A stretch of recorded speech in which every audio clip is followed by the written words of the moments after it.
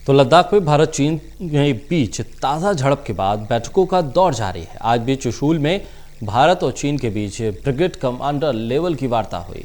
इधर दिल्ली में रक्षा मंत्री राजनाथ सिंह ने उच्च स्तरीय बैठक कर हालात की समीक्षा की।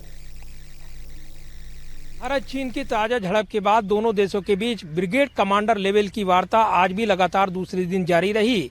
इस बीच दिल्ली में भी हलचल बढ़ी हुई दिखाई दी। रक्षा मंत्री राजनाथ सिंह ने एनएसए अजीत डोभाल के साथ मिलकर यहां पर सेना के अधिकारियों से ताजा हालात की जानकारी ली है। इधर विदेश मंत्री एस जयशंकर ने भी चीन को द्विपक्षीय रिश्तों पर कड़ी नसीहत दी है।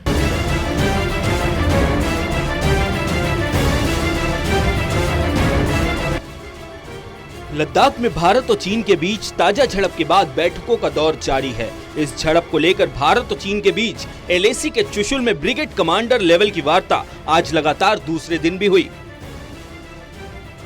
चीन के साथ तनाव को लेकर दिल्ली में भी बैठकों का दौर जारी है। राजधानी में रक्षा मंत्री राजनाथ सिंह और एनएसए अजीत डोभाल ने सेना के वरिष्ठ अधिकारियों से ताजा हालात की जानकारी ली।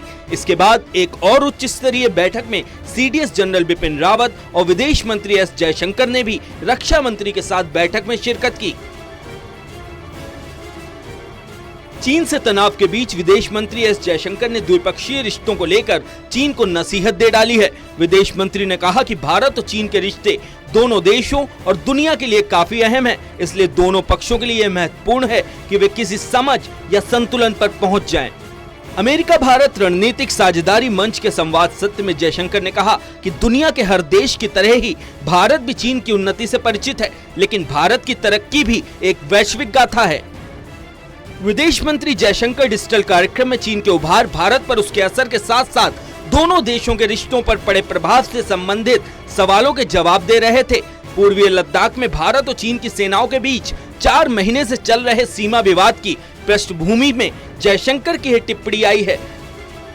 इस विवाद का असर व्यापार और निवेश समेत सभी रिश्तों पर पड़ा है।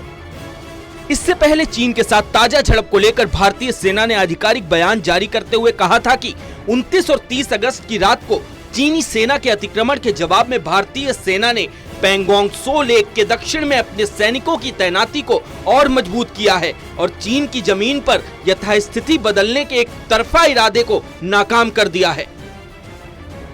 खबर है कि भारतीय सेना ने न केवल चीनी घुसपैठ को नाकाम किया, बल्कि इसका जवाब देते हुए ब्लैक टॉप पोस्ट पर कब्जा भी जमाया और वहां से चीनी सेना के कैमरे और सर्विलांस उपकरणों को भी हटा दिया।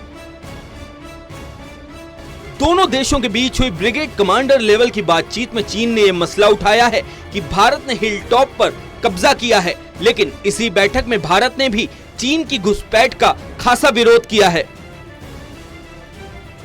इतना ही नहीं, चीन दावा कर रहा है कि भारत के सैनिकों ने एलएसी को पार किया है।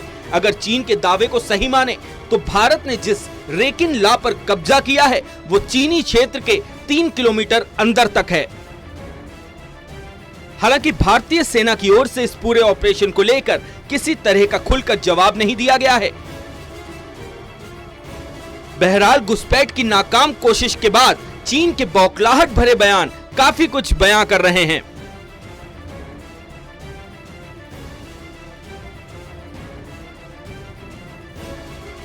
जाहिर है, चीन के साथ ताजा झड़प में भारतीय सेना ने न केवल चीन के अतिक्रमण की कोशिश को नाकाम किया, बल्कि ऊंचाई वाली सामरिक तौर पर महत्वपूर्ण चोटी पर भी भारतीय सेना काबिज हो गई है। ये चीन के लिए बौखलाहट वाली स्थिति है, लिहाजा चीन कह रहा है कि भारतीय सेना आक्रामक रुख दिखा रही है। कैमरामैन सुरवीर सिंह के साथ प्रदीप कुमार, टोटल न्यूज, दिल्ली।